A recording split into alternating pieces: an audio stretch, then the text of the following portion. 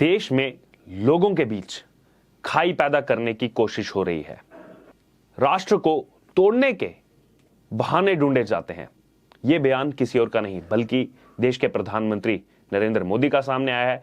जिस तरह से बीबीसी डॉक्यूमेंट्री पर इस समय विवाद चल रहा है, इसी बीच प्रधानमंत्री मोदी का यह बयान अब आखिरकार सामने आया है, जिसमें प्रधानमंत्री मोदी ने कहा कि एकता का मंत्र ही भारत को महान बनाने का एकमात्र तरीका है। आजाद भारत में पल पल देश के लिए जीने का रास्ता ही हमें दुनिया में नई ऊंचाइयों पर पहुंचाता है। दरअसल अगर बात की जाए तो गुजरात दंगों को लेकर जो बीबीसी की डॉक्यूमेंट्री बनाई गई, जिस पर देश भर में विवाद थमने का नाम नहीं ले रहा, डॉक्यूमेंट्री बैन होने के बावजूद इसको दिखाया जा रहा है लेफ्ट पार्टीज की तरफ से। इस बीच प्रधानमंत्री नरेंद्र मोदी ने देशवासियों को सचेत रहने के लिए कहा है। पीएम मोदी ने कहा कि देश में लोगों के बीच खाई पैदा करने की कोशिश इस समय की जा रही है, इससे सचेत रहने की जरूरत है। वहीं आगे पीएम मोदी ने बोलते हुए कहा कि इस तरह के प्रयास सफल नहीं हो पाएंगे, यानी कि विपक्ष जितनी मर्जी कोशिश कर ले तोड़ने की, इस तरह के जो भी प्रयास हैं वो सफल नहीं होंगे।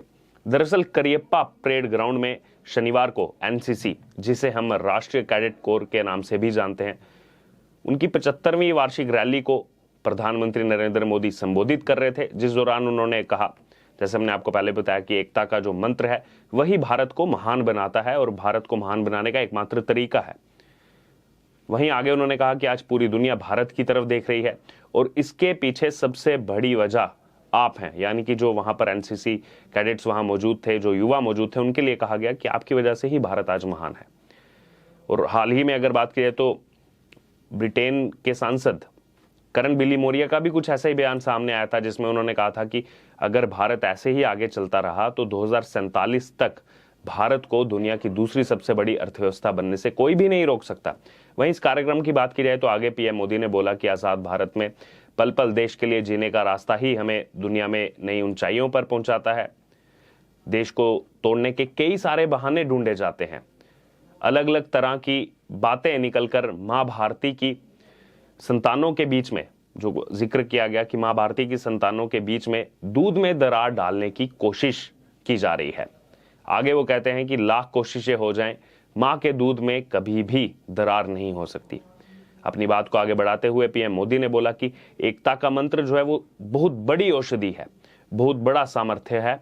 भारत के भविष्य के लिए एकता का मंत्र ये संकल्प भी है, भारत का सामर्थ्य भी है और भारत को भव्यता प्राप्त करने के लिए यही एक मार्ग है।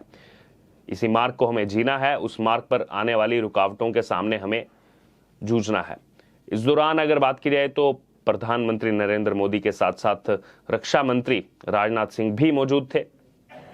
पीएम मोदी ने युवा शक्ति को ही जो है भारत की ताकत बताया। दरअसल गणतंत्र दिवस समारोह में एनसीसी की भागीदारी की प्रशंसा की पीएम मोदी ने, और इस भागीदारी की प्रशंसा करते हुए पीएम मोदी ने बोला कि किसी भी राष्ट्र को चलाने के लिए जो ऊर्जा सबसे अहम होती है वो ऊर्जा है युवा। अभी भारत में युवाओं के लिए जो ये समय चल रहा है, ये समय नए अवसरों का समय है। हर तरफ एक ही चर्चा है कि भारत का समय आ गया है, जो बाकी दुनिया के देश भी कह रहे हैं। वहीं आगे पीएम मोदी ने कहा कि आज भारत में युवाओं के लिए नए नए क्षेत्र खोले जा रहे हैं। भारत की डिजिटल क्रांति, और डिजिटल क्रांति की बात की गई, आगे कहा भारत की डिजिटल क्रांति हो, भारत की स्टार्टअप क्रांति हो, नवाचार क्रांति हो, इन सबका सबसे बड़ा लाभ युवाओं को ही हो रहा है।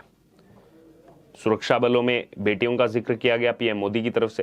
प्रधानमंत्री ने कहा कि युवा हमारी सेनाओं से, हमारी सुरक्षा बलों से, एजेंसियों से जुड़ने की आकांक्षा रखते हैं और ये निश्चित रूप से आपके लिए विशेष रूप से, यानी कि उन एनसीसी कैडेट्स के लिए कहा गया, निश्चित रूप से आपके लिए विशेष रूप से हमारी बेटियों के लिए ही बहुत बड़ा अवसर का समय है। बीते 8 वर्षों की बात की जाए तो पुलिस और अर्ध सैनिक बलों में बेटियों की संख्या में लगभग दोगुनी वृद्धि देखने को मिली है। सेना के तीनों अंगों में अग्रिम मोर्चों पर महिलाओं की तैनाती का रास्ता खुल चुका है।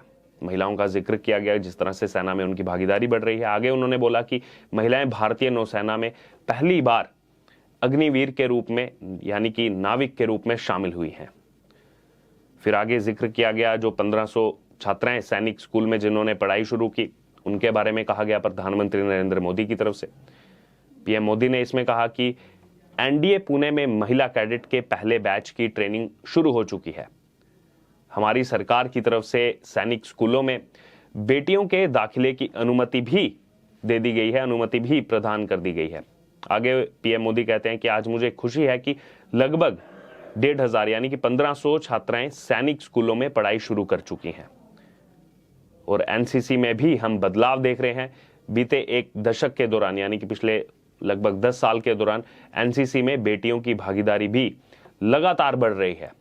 परेड का नेतृत्व भी एक बेटी ने किया। इस बात का जिक्र किया गया पीएम मोदी की तरफ से, जो गणतंत्र दिवस परेड में नेतृत्व किया गया। दरअसल ये जो बीबीसी डॉक्यूमेंट्री विवाद चल रहा है, इस बीच पीएम मोदी का देशवासियों को सचेत करना, ये कई सारे इसके मायने देखे जा रहे हैं राजनीतिक विशेषज्ञों की तरफ से। और अगर इस बीबीसी डॉक्यूमेंट्री की बात की जाए तो ऐसा नहीं है कि पहली बार किसी डॉक्यूमेंट्री या फिल्म को देश में प्रतिबंधित किया गया है। इसका एक लंबा इतिहास रहा है। इससे पहले भी भारत में 43 यानी कि 43 फिल्मों पर प्रतिबंध लग चुका है। हालांकि बाद में इनमें से कुछ को बहाल भी कर दिया गया, लेकिन कुछ पर अभी भी प्रतिबंध जो है वो जारी है। और इस जो ये प्रतिबंध लगाया गया, ये सबसे ज्यादा उस समय लगाया गया जब कांग्रेस पार्टी सत्ता में थी। कांग्रेस की सत्ता में रहने के दौरान ही इन ज्यादा फिल्मों पर प्रतिबंध लगाया गया। ना ही सिर्फ फिल्मों पर, जबकि किशोर कुमार के गानों पर भी प्रतिबंध लग गया था। जी हाँ, 1975 में ही आपातकाल के दौरान, इमरजेंसी के दौरान कांग्रेस सरकार चाहती थी। किशोर कुमार काफी पॉपुलर थे। इसके लिए कांग्रेस पार्टी की तरफ से यानी कि उस समय की सरकार की तरफ से किशोर कुमार से संपर्क भी किया गया। किशोर कुमार के पास संदेश भिजवाया गया कि वो इंदिरा गांधी के लिए गीत गाएं, जिसमें ज्यादा से ज्यादा लोगों तक सरकार की आवाज पहुंचे। लेकिन किशोर कुमार ने गाना गाने से उस समय मना कर दिया। कांग्रेस सरकार की तरफ से ऐसा आदेश दिया गया, किशोर कुमार को कहा गया कि ये तो एक आदेश आया है, आपको सुनना पड़ेगा। लेकिन आदेश की बात सुनकर ही किशोर कुमार भड़क उठे और उन्होंने जो है उस समय मना कर दिया कि नहीं, मैं ऐसा कोई गाना नहीं गाऊंगा। अब इस बात पर कांग्रेस को इतना ज्यादा गुस्सा आया कि कांग्रेस पार्टी की सरकार ने क्या किया, किशोर कुमार के गानों को ऑल इंडिया रेडियो और दूरदर्शन पर बैन कर दिया गया। यह बैन 3 मई 1976 से लेकर के आपातकाल खत्म होने तक जारी रहा।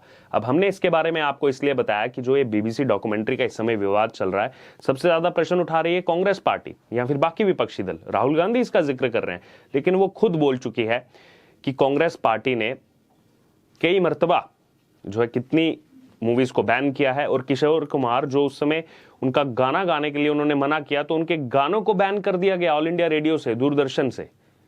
तो ये रही है कांग्रेस की रियलिटी। बहरहाल अब जो ये पीएम मोदी का बयान सामने आया है, इसको लेकर आपकी क्या राय है, आप हमारे साथ कमेंट बॉक्स में शेयर कर सकते हैं। और इससे जुड़े तमाम अपडेट के लिए बने रहिए हमारे साथ। धन्यवाद।